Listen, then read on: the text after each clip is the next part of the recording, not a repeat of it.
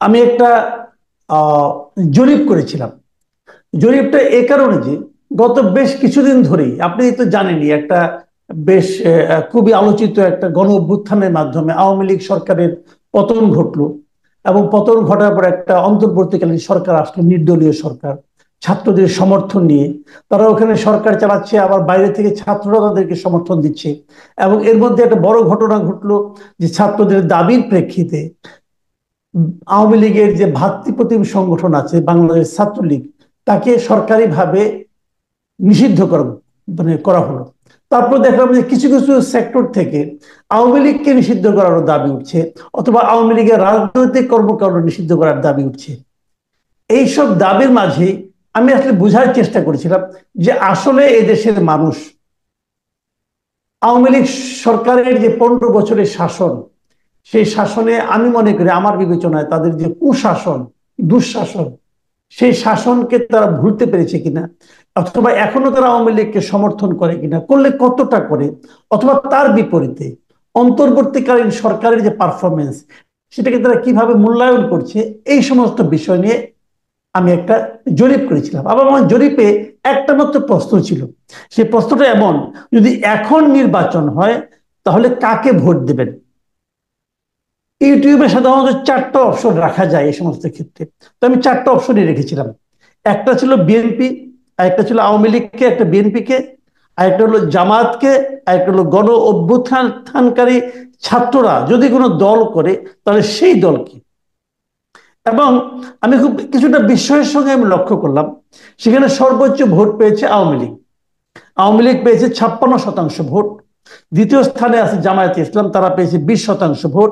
তৃতীয় স্থানে আছে বিএনপি, তারা পেয়েছে 18% ভোট। এবং পঞ্চম স্থানে আছে, যদি গণ অভ্যুত্থানকারী ছাত্ররা দল করে সেই দলকে, সেটা হলো মাত্র 5% ভোট। এই জরিপটা আমি দিয়েছিলাম হলো আজকে থেকে 5 দিন আগে। এই 5 দিনে মোট 91,000 মানুষ ভোট দিয়েছে। এই জরিপের পর আমি একটু, ভূমিকাটা লম্বা হচ্ছে, আমার মনে হয় একটু বলা দরকার, এই জন্য বলছি। এই জরিপ যখন আমি প্রকাশ করলাম, তখন অনেকে আমার বিরুদ্ধে এই ধরনের অভিযোগ করলো যে ছাত্রলীগের সব লোকেরা আমার এখানে এসে ভিড় করেছে। ছাত্রলীগ অথবা আওয়ামী লীগ, তাদের কোনো যাওয়ার জায়গা নেই, ঘরের মধ্যে লুকিয়ে আছে, লুকিয়ে বসে বসে আমার এখানে ভিড় করেছে, এবং সে কারণেই এত ভোট পড়েছে। তো এটা আসলে বাস্তব চিত্র নয়, একেবারেই বাস্তব চিত্র নয়। তো এটা আমার কাছে বাস্তব চিত্র বলে মনে হয় না। আপনার কাছে আমার দুটো প্রশ্ন। 1 নম্বর প্রশ্ন হলো, আপনি কি এই জরিপের ফলটাকে বাস্তব চিত্র বলে মনে করেন কিনা?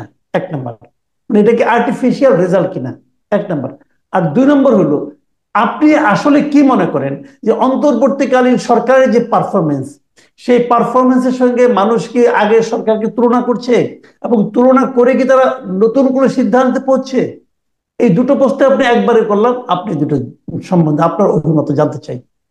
সেইটা মানে আমার যে আপনার যে জরিপটা, হ্যাঁ, সেটা আমি একেবারে from neutral point of view বলতে পারি। যেমন ধরেন, আমি যখন বাজারে যাচ্ছি, তখন আমি অনেককেই বলতে শুনতেছি যে আগের আমল ভালো ছিল। আমি অনেককেই বলতে শুনছি, এটা কিন্তু হার্ড রিয়ালিটি। এটা যদি বৈষম্য বিরোধী ছাত্র আন্দোলন বা তাদের সমন্বয়ক একটা মাইন্ড করেন, এইটা আবার তো মিথ্যা কথা বলার কোনো কারণ নাই। আমি অনেককে বলতে শুনেছি যে আগের আমল ভালো ছিল। এবং এইটা ঠিক, বর্তমান সরকারের পারফরমেন্সের উপরে মানুষ সন্তুষ্ট না অনেকগুলো কারণে। একটা হচ্ছে যে, যেমন ধরেন যে দ্রব্যমূল্য, 2 নম্বর হচ্ছে ললেসনেস, তারপরে 3 নম্বর হচ্ছে আপনার এই যে নির্বাচনের তারিখ ঘোষণা করছে না ইত্যাদি। এখন সরকারের প্রতি যে গ্রিভিয়েন্সটা, এইটা কে ক্যাশ করতেছে, এটা কে ব্যাক করতেছে, কার থলিতে যাচ্ছে?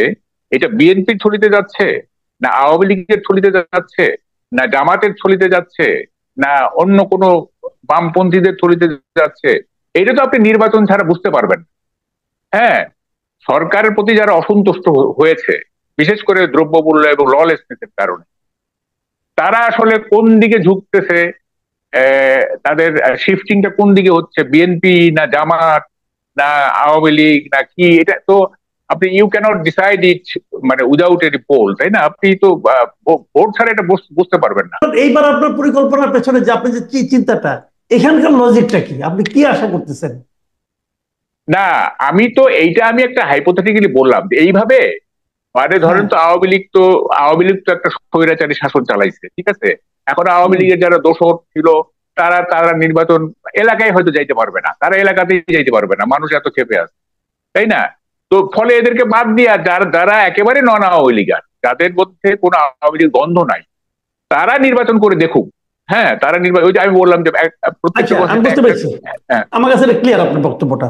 কিন্তু আমার কথাটা হলো কি, এই যে আপনি এরকম ভাবছেন, আপনি বলছেন যে হুম। সরকারের জনপ্রিয়তা, বর্তমান সরকারের জনপ্রিয়তা কিছুটা হলেও কমছে, বিপরীত দিকে মানুষ এর সঙ্গে আওয়ামী লীগের তুলনাও করছে।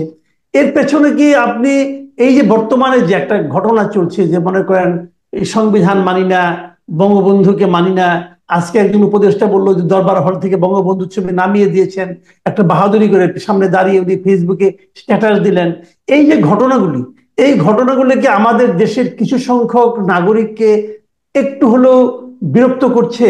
আপনার কি মনে হয়? না, এইটা তো মানুষ ভালোভাবে নিচ্ছে না। ভালোভাবে নিচ্ছে না মানে হচ্ছে যে এগুলি তো নন ইস্যু, এগুলিকে ইস্যু করা কেন হচ্ছে আমি এটাই বুঝি না। ইস্যু তো এখন দ্রব্যমূল্য, ইস্যু তো এখন মানে ললেসনেস, ইস্যু তো এখন নির্বাচন। হ্যাঁ, সংস্কার তো কিছু আছে।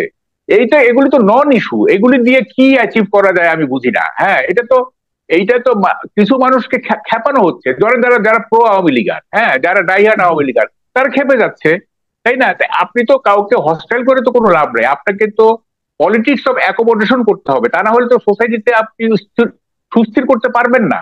এই সোসাইটিকে তো আনরেস্ট করলে তো আপনাদেরই ক্ষতি, আপনারা শাসন করতে আপনার কষ্ট হবে। সোসাইটি যদি আনরেস্ট হয়ে যায় তাহলে আপনারা কিভাবে ভালোভাবে শাসন করবেন? তো সোসাইটিকে তো আপনাকে সুস্থির রাখতে হবে, এবং সোসাইটিকে যদি সুস্থির রাখতে হয় তাহলে তো আপনাকে এই ধরনের ইস্যুতে হাত দেওয়া উচিত না। যে সমস্ত ইস্যু, আর আরেকটা কথা হচ্ছে এই যে বঙ্গবন্ধুর ছবি যে নামানো হলো, এইটা কি কোনো আহ, আমি জানি না ঠিক উপদেষ্টা পরিষদে কি কোনো সিদ্ধান্ত হয়েছে এটা, এবং সিদ্ধান্ত আকারে এটা হয়েছে না একজন উপদেষ্টার নিজস্ব এটা হয়েছে, আমি ঠিক জানি না। হ্যাঁ, কারণ না এইটা তো যদি, এখন পর্যন্ত না, জি এখন বলেন পর্যন্ত বলেন তো না। এখন পর্যন্ত তো কনস্টিটিউশন আপনি বাতিল করেন নাই কিংবা স্থগিত করেন নাই।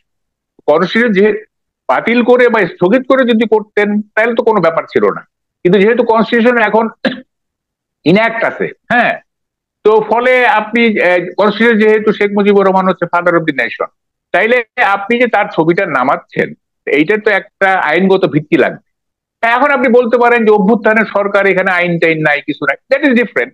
হ্যাঁ, ওটা যদি আপনি বলেন যে অভ্যুত্থানের সরকারের আমরা এটা কোনো আইন টাইন বুঝি না, তাহলে তো আর কোনো বিতর্ক চলে না। কিন্তু আপনাকে না যদি যদি তাই হয়, যদি তাই হয় মাহবুব ভাই, যদি তাই হয়, তাহলে ওনারা তো, যে উপদেষ্টা এটা করেছেন, উনি নিজেও তো তার কিছুক্ষণ আগে এই সংবিধানের অধীনেই শপথ নিলেন। তাহলে এটা কেমন হলো? হুম, এটা, হ্যাঁ, এটা কন্ট্রাডিক্টরি না? আপনি সংবিধানের একটা একটা একটা বিষয়, যে বঙ্গবন্ধু হচ্ছে, শেখ মুজিবুর রহমান হচ্ছে জাতির পিতা, তাই না? তা এইটা আপনি বঙ্গভবন থেকে সরাই দিলেন, আবার এই কনস্টিটিউশনের অধীনেই আপনি ইয়ে করলেন, শপথ দিলেন, এটা তো সেলফ কন্ট্রাডিক্টরি হয়ে গেল, স্ববিরোধী হয়ে গেল। আপনাকে তো একটা করতে হবে, যে কোনো, আপনি কনস্টিটিউশন হেল্ড আপ করে দেন, বা কনস্টিটিউশন আপনি ইয়ে রেলিংকুশ করে দেন, বাতিল করে দেন, কোনো অসুবিধা তো নাই। এখন একটা গণ অভ্যুত্থানের সরকার, আপনারা আপনাদের সরকার যা করবে তাই হবে। কিন্তু আপনি কনস্টিটিউশনকে বলবৎ রেখে আপনি যদি এক্সট্রা কনস্টিটিউশনাল কিছু করেন, তাইলে তো এইটা তো মানুষ স্বাভাবিকভাবে নিবে না, তাই না? এবং জি, এইটা আপনার দায়িত্ব হচ্ছে, আপনি শুনেন চিফ অ্যাডভাইজার তো প্রথম দিনই বললেন যে আমরা ইউনিটি চাই, we are in one family. আমরা তো খুশি হয়েছিলাম, আমরা, হ্যাঁ ঠিক আছে, এটা সাংঘাতিক ব্যাপার, একটা ন্যাশনাল ইউনিটি, আমরা সবাই এক পরিবার। হ্যাঁ, তা আমরা তো দেখছি জি, ক্রমে ক্রমে ক্রমে ক্রমে মানুষকে ডিভাইড করে দেওয়া হচ্ছে, বিভক্ত মানুষকে করা হচ্ছে, ডিভাইড রাইট। করতে হচ্ছে, মানুষকে, হ্যাঁ, মানুষকে অসন্তুষ্ট করা হচ্ছে,